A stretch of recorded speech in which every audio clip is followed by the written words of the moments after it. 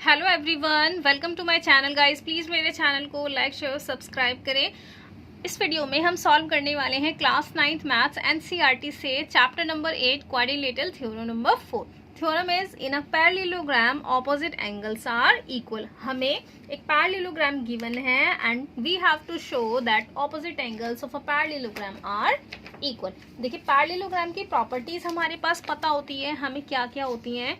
देखिए पैरेललोग्राम की प्रॉपर्टीज क्या होती हैं। ABCD is a parallelogram and उसकी ऑपोजिट साइड्स हमारी पैरेलल होती हैं एंड इक्वल भी होती हैं। तो हमें यहाँ पे शो करना है कि angle B is equal to angle D and angle A is equal to angle C। Okay, तो फिगर यहाँ पे ऑलरेडी ड्रॉ की हुई है। क्वेश्चन को सॉल्व करते हैं। फर्स्ट हम गिवन राइट करेंगे। Given is ABCD is a parallelogram. Now to prove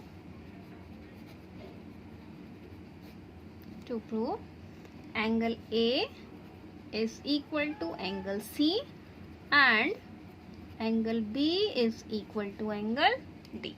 construction करेंगे। एक बहुत छोटी सी कंस्ट्रक्शन है। जॉइन, देखिए डायगोनल जॉइन बी डी। आप पहले BD को भी ज्वाइन कर सकते हो और पहले AC को भी ज्वाइन कर सकते हैं। मैं पहले BD को ज्वाइन करूंगी। Join BD। Proof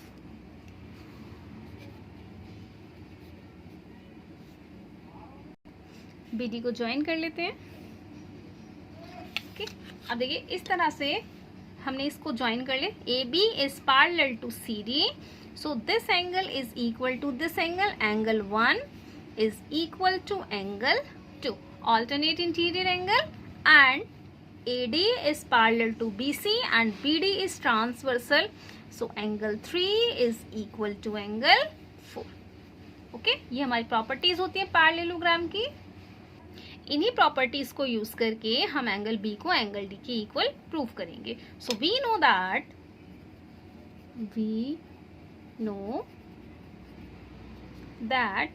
opposite side of a parallelogram are parallel. So AB is parallel to CD and AD is parallel to BC. Since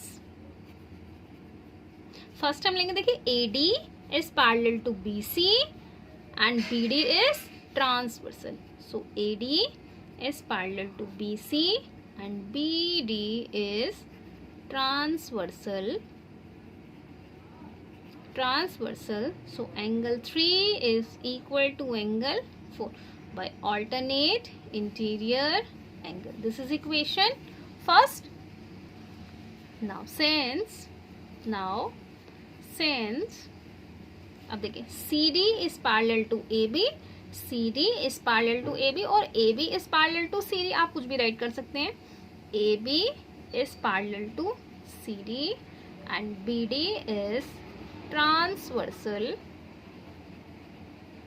अब देखिए CD इस AB के पैरेलल है एंड ये ट्रांसवर्सल है, तो हमारा angle 2 is equal to angle 1 हो जाएगा। यहाँ पे angle 2 is equal to angle 1। Alternate interior angle. This is equation 2। Now adding equation 1 and 2। So देखिए angle 3 plus angle 2 is equal to angle 4 plus angle 1। Left को left में अब add करेंगे and right को राइट साइड ऐड करेंगे। So 3 plus 2, देखिए 3 plus 2 angle D हो जाएगा and 1 plus 4 is equal to angle B हो जाएगा। 3 plus 2 is equal to angle D and 4 plus 1 is equal to angle B। एक part हमारा यहाँ पे प्रूव हो गया है। नाउ सेकेंड पार्ट प्रूव करेंगे। Now to prove angle A is equal to angle C. अब हम एंगल ए और एंगल सी को इक्वली प्रूव करें। सो हमने क्या करा, ज्वाइन ए सी। अब देखिए ये वाला एंगल इस एंगल की इक्वल हो जाएगा एंड ये वाला एंगल इस वाले इक्वल के एंगल हो जाएगा। Angle 5 is equal to angle 6, angle 7 is equal to angle 8। Okay, process same है, जैसे हमने फर्स्ट राइट किया था सेम वैसे ही राइट करेंगे इसको भी। अब देखिए A B is parallel to CD, AB is parallel to CD and AC is transversal. AC is transversal. So angle 5 is equal to angle 6. In a similar way, AD is parallel to BC and AC is transversal. So angle 7 is equal to angle 8.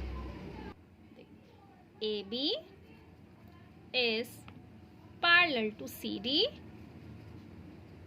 AC is transversal. So angle 5 is equal to angle 6. Alternate interior angle. This is equation third ले लेते हैं. Now AD is parallel to BC and AC is transversal. AD is parallel to BC and AC is transversal.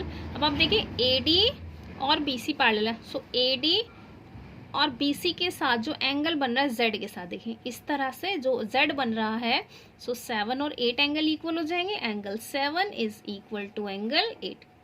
Alternate interior angle. This is equation 4। Adding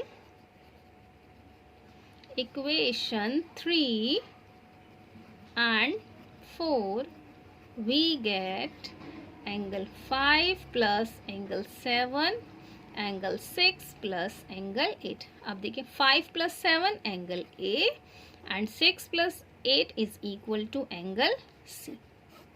This is the second part. Okay. Hence proved.